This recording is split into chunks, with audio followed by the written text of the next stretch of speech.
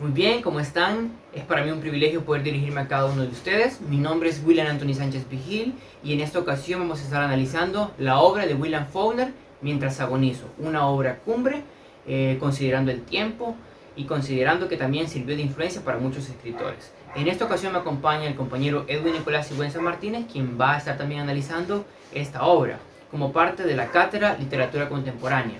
Como ya mencionaba, soy estudiante de la Universidad de El Salvador, Facultad Multidisciplinaria de Occidente, y es para mí un privilegio poder dirigirme a cada uno de ustedes. Muy bien, en primer lugar vamos a analizar la biografía de este hombre.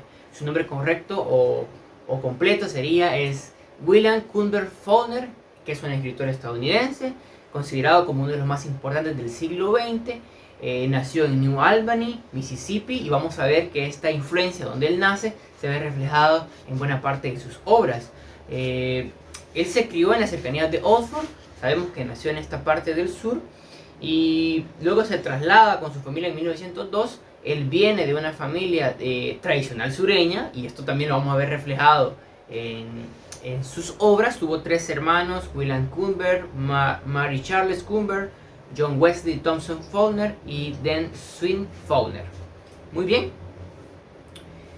Faulkner fue un adolescente bastante solitario, nervioso, un gran lector que abandonó los estudios a los 18 años, trabajando en múltiples oficios y comenzando a desarrollar su interés por la escritura antes del estallido de la Primera Guerra Mundial. Intenta alistarse más o menos en la aviación norteamericana, y esto pues lo vamos a ver como parte específicamente en la biografía de Mientras agonizo de William Faulkner.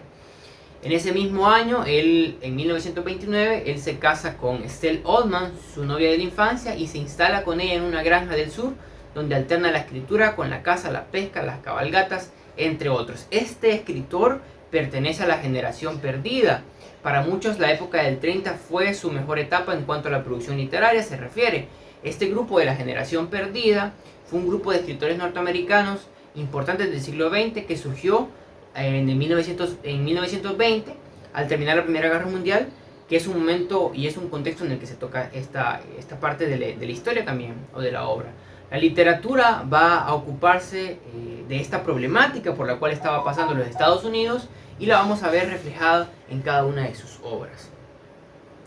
Los principales integrantes de este grupo llamado Generación Perdida, podemos encontrar a Ernest Hemingway y John Dos Passos, Frank Scott Fitzgerald, John Stein, Henry Miller, Thomas Wolfe, William Faulkner. Estos jóvenes escritores, la mayoría de los cuales había participado en la guerra, no reconoce a los Estados Unidos, y que dejaron y luego se enlistaron para ir a luchar. La nación se había transformado, tomando un rumbo que ellos no comparten. Ellos, al salir, pues consideran que Estados Unidos estaba perdiendo su identidad, y comienzan a escribir lejos de su patria sin olvidar su patria, con ese estilo que los identifica.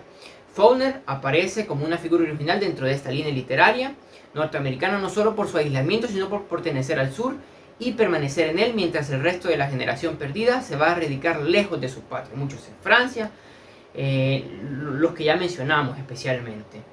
Faulkner, básicamente el tema de su narrativa recae en el tema del sur especialmente, y vamos a ver que su carrera pasa por 3 etapas. Primero, etapa de aprendizaje en 1924 al 29, etapa de afirmación y etapa de culminación. Es el momento en el que el autor utiliza la técnica que mejor lo caracteriza, que es la técnica presentativo-ocultiva, en el que integra al lector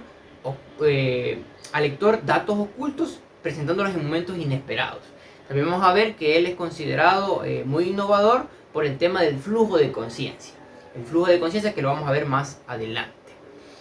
En el momento en que recibe el premio Nobel en 1950, William Faulkner crece, y en su discurso da las siguientes palabras: yo no creo en el fin del hombre cuando la última campanada de juicio se haya apagado, en el último crepúsculo rojizo y agonizante. Aún entonces habrá un sonido más, la inextinguible voz humana. Creo que el hombre es inmortal, no porque sea de todas las criaturas la única que posee una voz inextinguible, sino porque tiene un alma, un espíritu capaz de compasión y de sacrificio y de sufrimiento. El deber del poeta, del escritor, es escribir sobre estas cosas.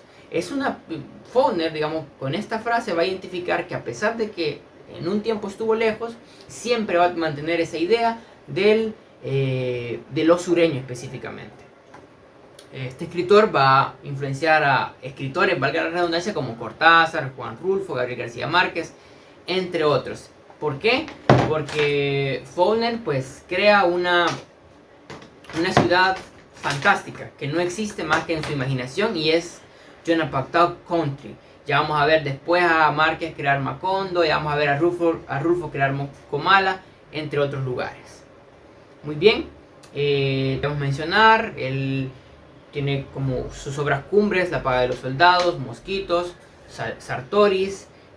También destacó en guiones como Todo I Will Die, The Road to Glory, y premios como el Premio Nobel de 1949, entre otros premios. Muy bien, en cuanto al contexto histórico vamos a ir bastante rápido, y hay que destacar que en cuanto al contexto histórico, que se engloba en 1930, vamos a destacar en esta parte que hay va a estar influenciada a Estados Unidos por la caída de la bolsa de valores, o de Wall Street Crash, o derrumbe de la bolsa de valores.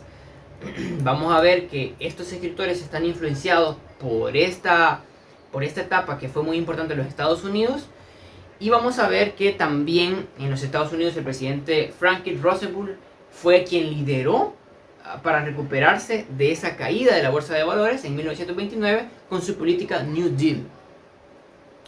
Muy bien. También en cuanto al sur no debemos destacar que pues está compuesto por, aquí hay algo que le vamos a llamar Dead South, o sur profundo, que es donde se engloba el escritor William Faulkner. En este lugar vamos a encontrar Alabama, Mississippi, Luisiana, Georgia, Florida y Carolina del Sur, que pues son considerados como Dead South o sur profundo. También vamos a ver que en este momento aparecen, o sea, muy rico literariamente hablando, pero no solamente literariamente hablando, sino que también se crean riqueza no solo en la literatura, sino también en la música.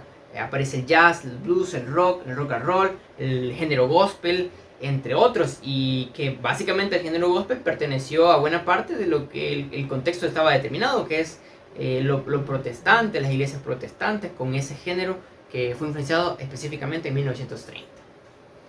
Muy bien, vamos a ver que la obra toca otro tema, que es el tema de el racismo, y específicamente lo vamos a ver en la cita en la página 149 del mismo libro, que dice: marchamos detrás del carro, detrás de las ruedas que susurran, pasando ante las chozas en cuyas puertas aparecen de repente ojos blancos que nos miran.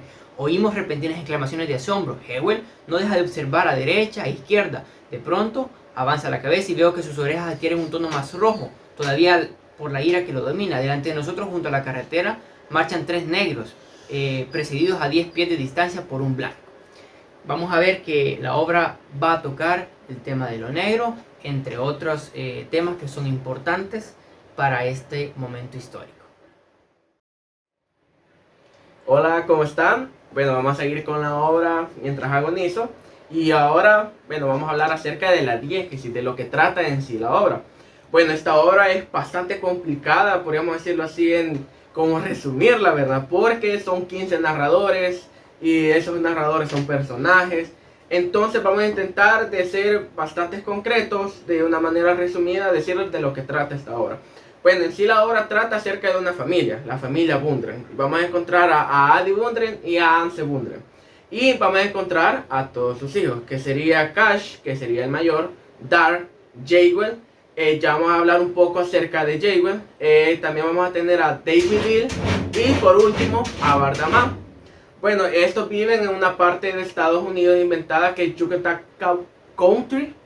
Que es como un lugar creado por el autor, ¿verdad? Pero en sí está basado como en la parte sur de Estados Unidos. Vamos a hablar acerca de que Adi y Anse Bundren se juntan y tienen 2 hijos, ¿verdad? Que es Cash y Dar. Jaywell es producto de una infidelidad acerca de la matriarca de la familia. Entonces ella en compensación le da a Ansen otros 2 hijos, que es David Hill y a Bardamán. Bueno, la obra se centra en un acto, que es la muerte de Adi Bundren. Ella fallece, entonces ellos tienen que ir, ella tiene un propósito y se lo dice al resto de la familia. que ella quiere ser enterrada en Jefferson, un pueblo que se llama Jefferson, que es donde ella creció, donde ella estuvo su infancia, etcétera, ¿verdad? Entonces ellos tienen que hacer un recorrido desde donde están hasta Jefferson. Son bastantes millas lo que tienen que recorrer con el cuerpo putrefacto de su madre, ¿verdad? O de la esposa. Entonces la obra nos explica toda esa travesía, ¿verdad? Que tiene que hacer la familia para poder ir, llegar a Jefferson y poder enterrarla, de cumplir la última, el último deseo de su madre, ¿verdad? Bueno, pero dentro de ese trayecto pasan un montón de cosas. Por lo menos podemos ver de que no pueden pasar un tramo de un río, y ahí donde Cash se rompe una pierna y tienen que refugiarse donde vecinos, personas muy amables que son campesinos de la zona rural de Estados Unidos, que les ayuda a quedarse, ¿verdad?, en su travesía hasta Jefferson. Bueno, entonces Cash se rompe una pierna y tiene que ir a un pueblo llamado New Hope. Ahí en New Hope vamos a ver que llega David Hill a buscar un medicamento para poder abortar, porque ella está embarazada, pero es un embarazo ilegítimo, ¿verdad? Ya que el pueblo estadounidense de esa época era bastante conservador. Y ahí también consiguen yeso para curar la pierna de Cash. Y todos los del pueblo es por el olor que siente, que emana Adi Bundren por el cuerpo, ¿verdad? Se sienten como asqueados, ¿verdad? Porque es un olor putrefacto.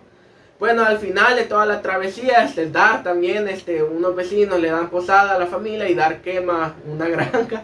La quema, llega de Jefferson, a Dar lo agarran por locura y logran enterrar a la mujer, ¿verdad? Bueno, aquí podemos ver en todo el trayecto también la psicología de los personajes. Podemos ver, bueno, podría decir la psique de cada uno de los personajes, porque cada uno tiene un sufrimiento interno, cada uno está agonizando internamente. Vardaman sufre por la muerte de su madre, David Hill quiere abortar, Dar está ya al punto de llegar a cierto grado de locura, Cash se le rompe una pierna y es el que más reflexiona acerca de los actos de la familia, y Jewel, que ciertamente de tener un carácter fuerte, intenta en cierto modo también ayudar a la familia a dejar que vendan su caballo, ¿verdad? Entonces podemos resumir lo que esta obra es una travesía de llevar un cuerpo hasta Jefferson, y del cual todos los personajes están en un constante agonizante. Bien, continuando con la narración o explicando ciertos aspectos narratológicos que definen a esta obra, continuamos con el narrador. Y como ya sabemos, esta obra contiene 15 narradores. Por eso a veces se vuelve un poco complicado, digamos, el poder entender porque va de un lado a otro y porque utiliza técnicas como el flujo de conciencia.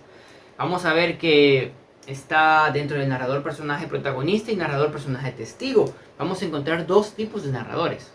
El primero, narrador personaje protagonista, vamos a tener a Dar y David Hill. Acá vamos a encontrar la descripción. Por cuestiones de tiempo no podré leerlo cada una de las citas, pero sí sabemos que son Dar y David Hill, que es la chica, ¿verdad? Dar, básicamente toda su narración o como va contando la historia lo hace Dar.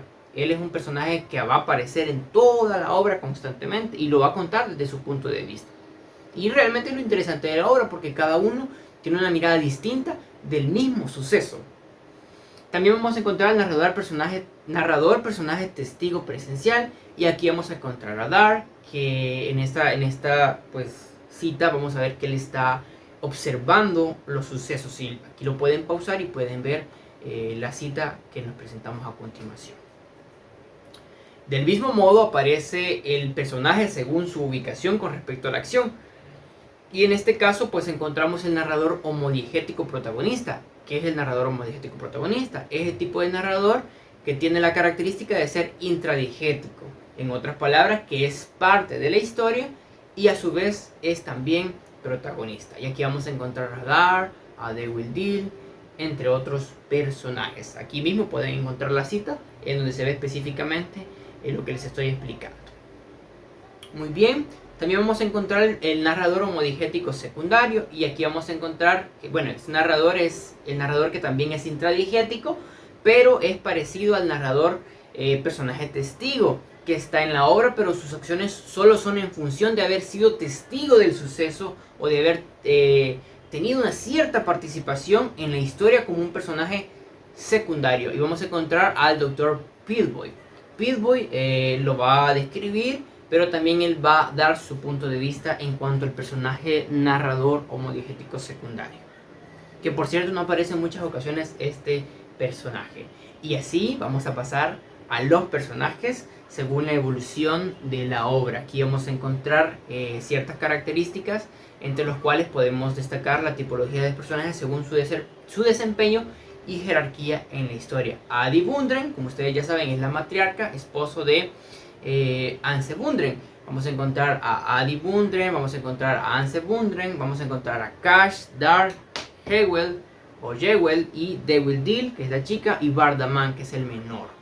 Estos son, digamos, los personajes que más aparecen en la historia y que van a contar parte de su historia, como ven el suceso desde diferentes ángulos, y ustedes pueden pausarlo para ver cada una de las características que hemos puesto en ellos. Y hemos hecho este pequeño, como digamos, árbol genealógico en donde vamos a encontrar a Anse Bundren como el patriarca, que está con Adi Bundren, y aquí a la par vamos a encontrar al padre Whitfield.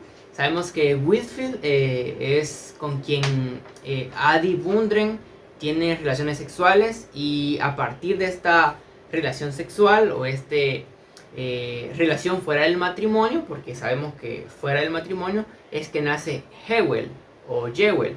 Vamos a ver que los hijos propios de Anse Bundren y Ade Bundren son Kash, Dar, Dewildil y Bardaman, que es el menor y que también hace una analogía con los pescados, entre otras cosas, ¿verdad? También vamos a ver la tipología del personaje según su desempeño y jerarquía en la historia. Y aquí vamos a encontrar personajes secundarios. Ya analizamos los personajes protagonistas, pasamos a los personajes secundarios. Venom Tool, Cora Tool, Pillboi, Lafe, Samson, Kick, McCullum, Hillspeed, Whitfield, Arstin, Lula, Moseley y McGovey. Muy bien, disculpen la pronunciación, ahí lo pueden ver ustedes y van a ver la forma en la que está descrito cada uno de los personajes.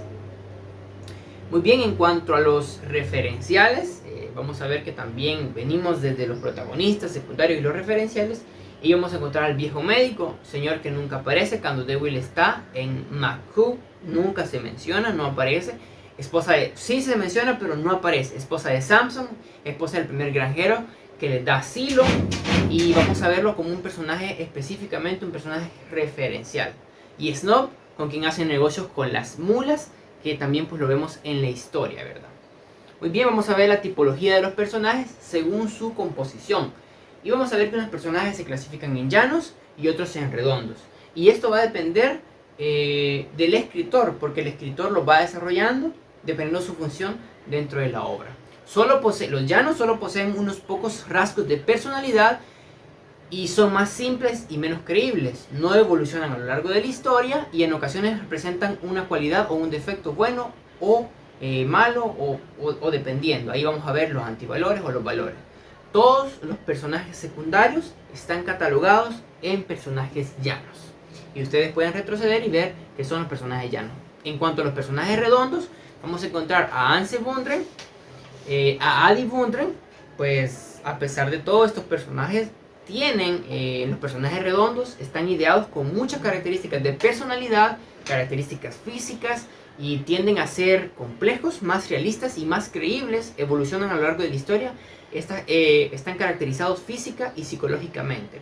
Vamos a encontrar también a Dar, que está viviendo, y Dar, vamos a ver en la historia que llega un punto en el que se vuelve loco. Entonces vamos a ver cómo el escritor ha desarrollado este personaje hasta el punto de venir de una idea a aterrizar hasta el punto de volverse loco. Vamos a encontrar a Bardaman, quien canaliza sus emociones a través del pescado. Vamos a encontrar a Hewell o Jewel, que también hay un desarrollo significativo. A Kash, que igual vamos a ver cómo le llenan, digamos, su pierna de cemento por la herida que tuvo. Y a Dewildil, que pues está teniendo uno de los sucesos más duros de su vida. ¿Por qué? Porque ella está embarazada. Vamos a ver entonces a todos los personajes que están agonizando. Y aquí ponemos el ejemplo de Dar, que se representa con la locura. También hay otros ejemplos en donde vamos a ver el desarrollo de estos personajes. Bueno, continuando con elementos narratológicos, ya escucharon a mi compañero hablar acerca de los narradores y los personajes. Ahora vamos a hablar acerca del tiempo. Bueno, igual como esta obra tiene 15 narradores, es bastante complicado también determinar el tiempo. No obstante, hacer un análisis bastante profundo, pudimos determinar que el tiempo inicia en in media res. En otras palabras, en medio de la historia. No es una historia cronológica que tiene, digamos, inicia en el principio, valga la redundancia, y termina en el final, valga la redundancia, sino que inicia en medio de la historia y después vamos a conocer por medio de analepsis, por medio de flashback, otras partes de la historia que no se nos mencionaron. Por lo menos esta historia inicia cuando Dar está persiguiendo a Jewel y se encuentran a Catch haciendo ya el ataúd. Ya están haciendo el ataúd para su madre, ¿verdad? Que está agonizando y está a punto de morir. Ya cuando vamos adelante de la historia nos damos cuenta que por la página 110 vemos la narración o la parte narrada de Adi Gundren, o sea, la persona que fallece. Y ahí nos damos cuenta que ahí tuvo que haber iniciado la historia, desde la página 110. Y la obra tiene que un aproximado de 220 páginas, entonces cabal inicia en medio de la historia. También vamos a encontrar muchos elementos dentro del tiempo, como en el caso de las analepsis. Las analepsis consisten en interrumpir en algún momento el desarrollo de la historia para relatar un hecho ocurrido con anterioridad, en el pasado. O sea, en otras palabras, la analepsis es de repente estamos en un cierto punto del tiempo y retrocedemos para conocer otro aspecto de la historia. O sea, es básicamente un juego del tiempo, ¿verdad? Como que fuera una máquina del tiempo esta historia. Estamos en un punto en el tiempo, retrocede, de repente vuelve otra vez al punto del tiempo, a veces hacia adelante, y etc. Pero son necesarios, esta analepsis o flashback, como quieran llamarle, es bastante necesario para conocer más a profundidad la psique de muchos personajes, el por qué ciertos personajes actúan de esta forma, etc. Aquí vamos a poner un ejemplo más o menos de la analepsis. Aquí tenemos un ejemplo de Dar, que él está en el recorrido para llegar a Jefferson y de repente retrocede en el tiempo para conocer un poco acerca de la vida de Jewel, cuando todavía la mamá estaba viva. Vamos a tener otros elementos, que es las pausas. Estas pausas nos ayudan en cierto modo, o sea, de repente estamos con una linealidad y de repente hay una pausa para conocer más a detalle ciertas cosas. Por ejemplo, en la descripción, aquí vamos a tener un ejemplo del vecino Tull, que él está narrando, es donde escribe, perdón, acerca de un puente, ¿verdad? Acerca de un río. Entonces hay una pausa. Entonces vamos a encontrar la descripción como pausas. También vamos a encontrar escenas que son como dialogadas. Muchas veces, como les mencionaba, vamos a cierta linealidad del tiempo y de repente aparece un diálogo. Esto nos ayuda, como les repito, a conocer un poco la psique de los personajes, de por qué actúan de esta forma. Y cierto modo también para tener cierto descanso, ¿verdad? Porque como les digo, es estar jugando con el tiempo, ¿verdad? Que está acá, retrocede, vuelve otra vez al mismo punto, se adelanta, etcétera, ¿verdad? Aquí vamos a tener también otro ejemplo de Museley, que es el médico, ¿verdad? El médico rural, que está ahí teniendo una conversación, ¿verdad? Con los familiares de Adi Gundren. Bueno, aquí vamos a entrar también a la parte de los cronotopos. Como les mencionaba y mencionaba mi compañero también, este autor es tan genial que crea un mundo, podemos decir un mundo ficticio, que es Chuctacat Country. Ajá, un mundo que está ubicado en el sur de Estados Unidos.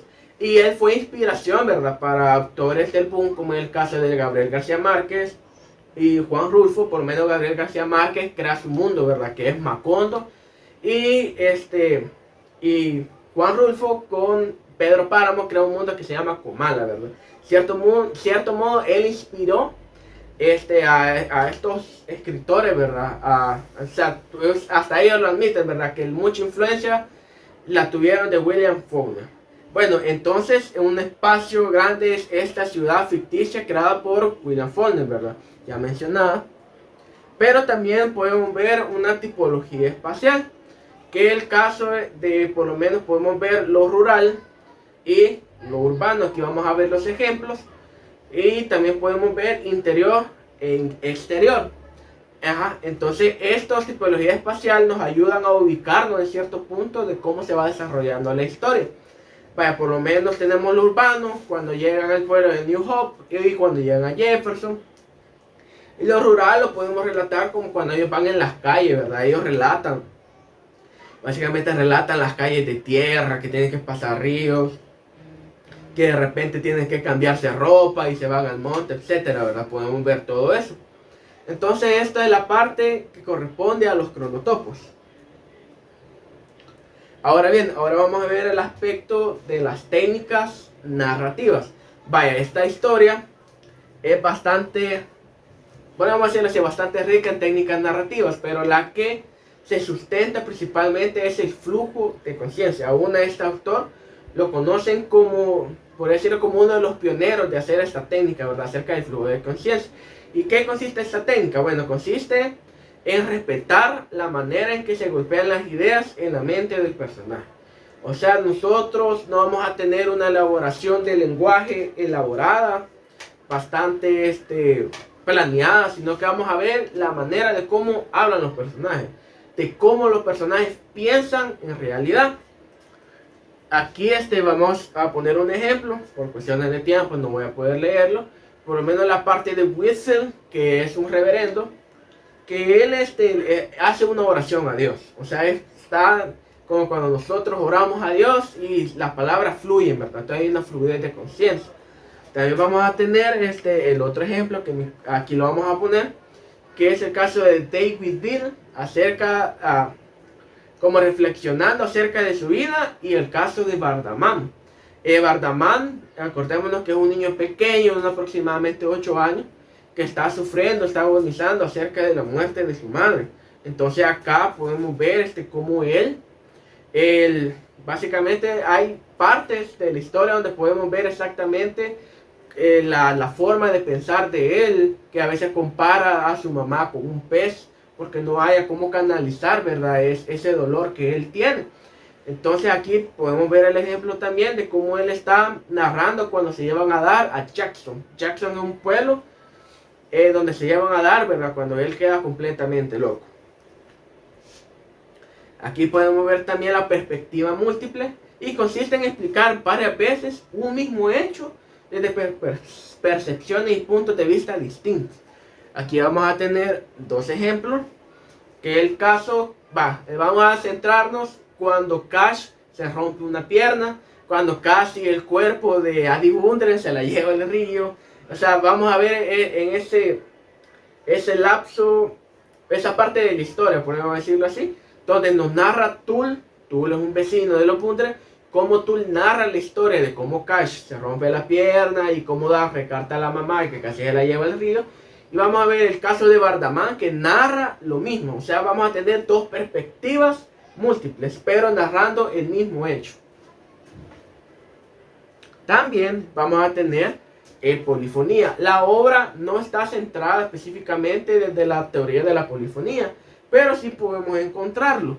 Por lo menos acá vamos a tener unos ejemplos cuando está Dar hablando y de repente se mete la voz de otro personaje, o Bardamán y de repente se mete la voz de otro personaje. Aquí lo podemos ver cuando está como en corchetes o en comillas.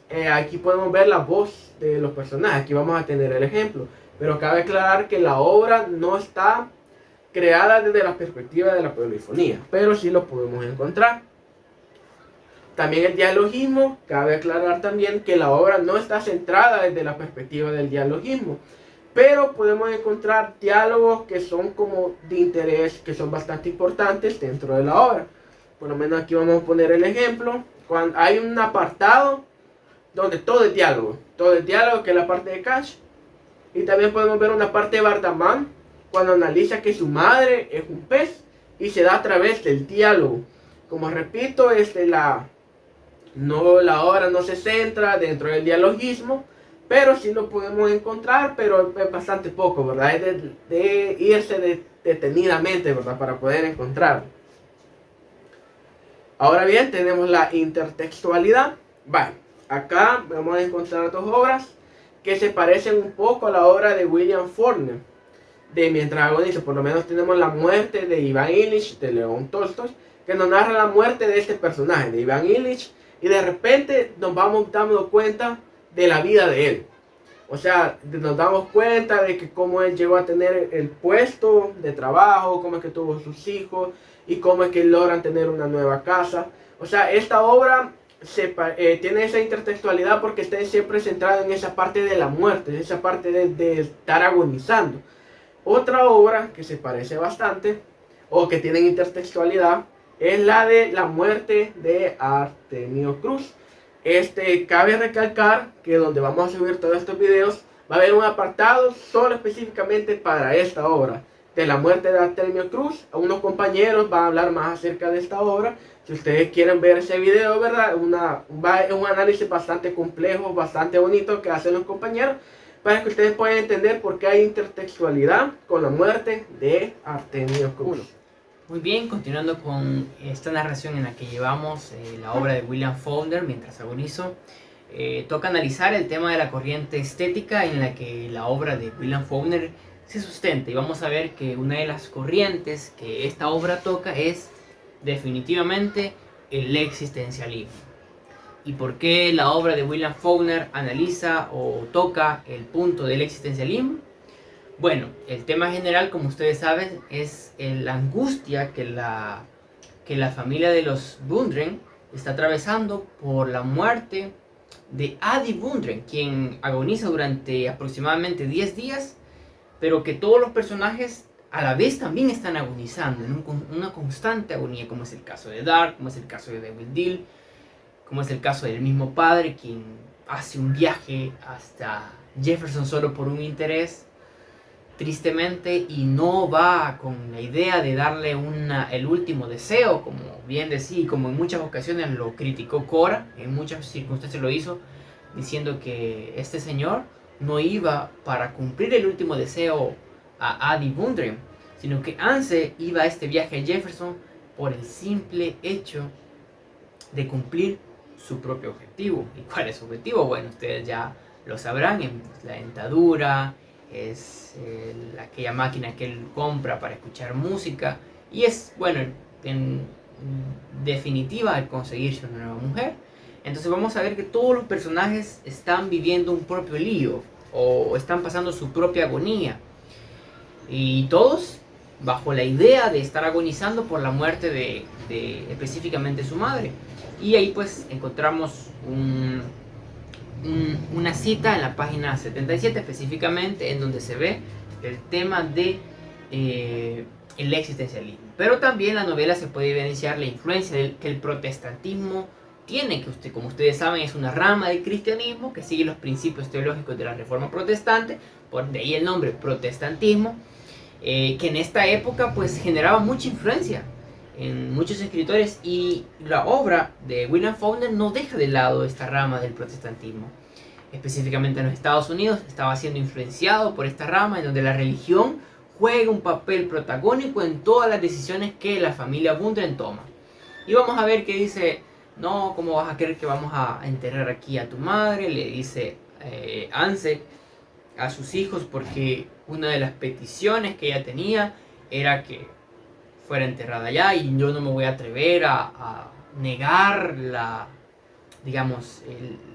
los deseos o los consignas que Dios tiene para su vida. Entonces vamos a ver que hay una influencia suprema, por así decirlo, de Dios sobre todas las decisiones que toman estos personajes. Y ahí vamos a ver específicamente en la página 61 como Cora, que es una fiel seguidora de Dios, en la página 91, entre otras citas que destacan la influencia del protestantismo y también la influencia del existencialismo en la que se sustenta la obra de William Faulkner. También vamos a ver el movimiento literario, y en el movimiento literario vamos a ver que la literatura modernista o modernismo literario, llamado modernismo anglosajón, conoce en líneas generales la literatura de vanguardia. En términos generales, se engloba por tanto bajo el término modernista a toda la producción literaria de escritores estadounidenses del Reino Unido de la primera mitad del siglo XX. Faulkner es considerado universal como uno de los más importantes creadores de la literatura estadounidense en general y de la literatura sureña en particular, y como uno de los principales modernistas estadounidenses de la década de 1930. En cuanto a lo experimental de los escritores europeos como James Joyce, Virginia Woolf, Marcel Proust y Frank Kafka, y conocido por su uso de técnicas literarias innovadoras para su tiempo, como es el monólogo interior, que ya se analizó, como es la inclusión de múltiples narradores o puntos de vista, y sobre todo los saltos de tiempo que está reflejada en esta obra, que ya mi compañero pues la analizó directamente. Sin embargo, la literatura estadounidense es muy particular al catalogarla como la literatura inglesa. Para esta cátedra, y viendo todas las características que ya hemos analizado acerca de la novela, podemos ubicarla en vanguardia.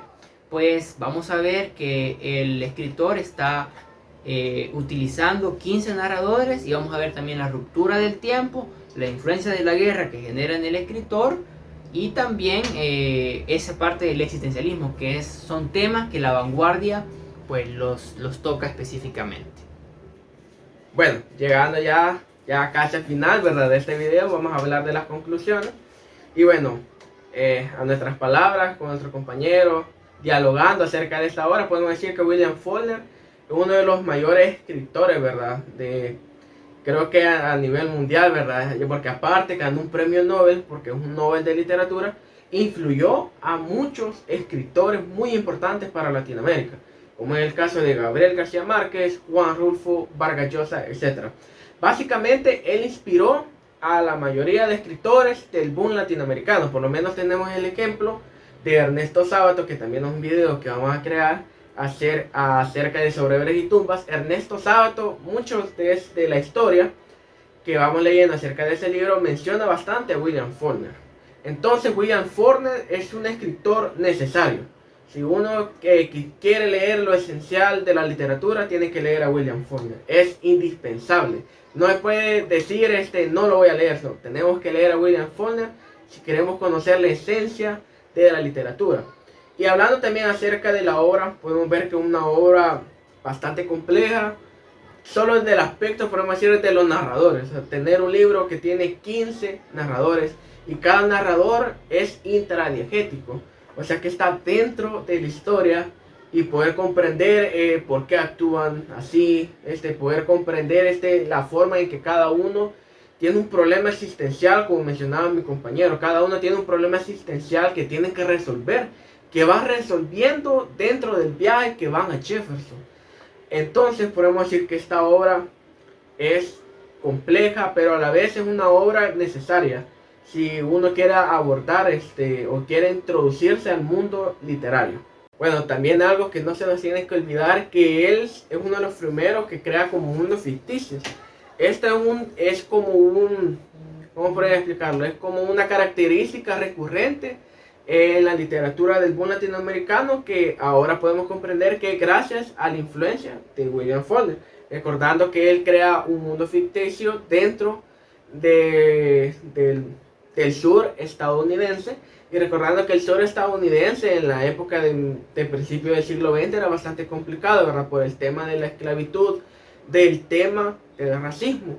Entonces podemos resumir también, ¿verdad?, que por lo menos Gabriel García Márquez crea Macondo, que es un mundo ficticio, y también podemos ver la influencia de familias. Por lo menos aquí podemos ver la familia Wundren, y en otras obras del boom latinoamericano podemos ver también, por lo menos en Gabriel García Márquez, valga la redundancia, con los Buendía, ¿verdad? Es una familia que en cierto modo pasan 100 años y pasan un montón, ¿verdad?, de los Buendía, Arcadio Buendía, etc. Y podemos también la influencia de Sobre Breves y Tumbas, que también habla acerca de una familia, ¿verdad?, acerca de una familia importante de Argentina. Entonces, William Faulkner, resumidamente, es un escritor que es influyente, o fue uno de los mayores influyentes para muchos escritores, no solo el boom latinoamericano, sino para muchos más escritores, ¿verdad? Y aquí también podemos ver la influencia que él tuvo también en el mundo del cine. Muchas personas relacionan el cine con la literatura, y sí, ¿verdad?, muchas películas son basadas en libros. Y aquí dentro de este video vamos a poner el tráiler acerca de una película de igual, ¿verdad? De Mientras agonizo, inspirada acerca de este libro, ¿verdad? De William Faulkner.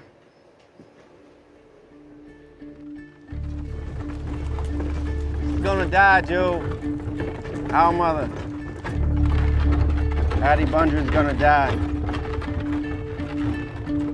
The dark current runs. Fading swirls move along the surface for an instant.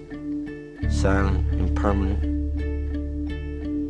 Profoundly significant. As though something just beneath the surface has waked for a moment.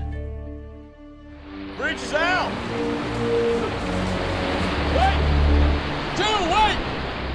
I don't care what we do, just so long as we do something. Sitting here not doing a goddamn thing. I saw something Duke Dale told me not to tell nobody. It's not about Paul, and it's not about Cash, and it's not about Joel, and it's not about Dewey Dale, and it's not about me.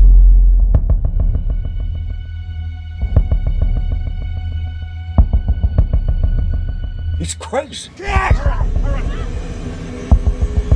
what you want.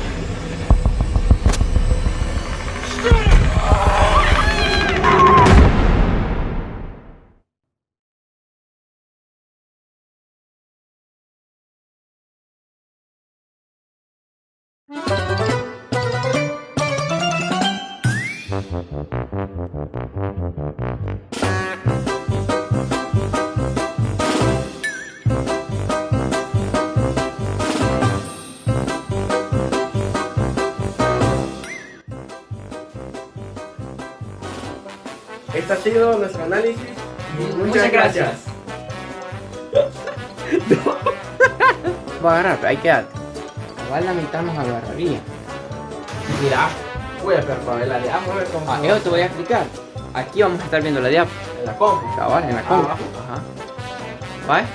Vení a ver. Vamos a ver ese estilo sureño. Esto supone, digamos, él estuvo influenciado más o menos por en este contexto, en una guerra de la sucesión que había enfrentado al sur, partidario de la esclavitud con el norte, que era abolicionista. El triunfo de los últimos significó no solo la abolición de la esclavitud, sino el avance arrollador del y no, hombre, vos me trabé ahí, fíjate.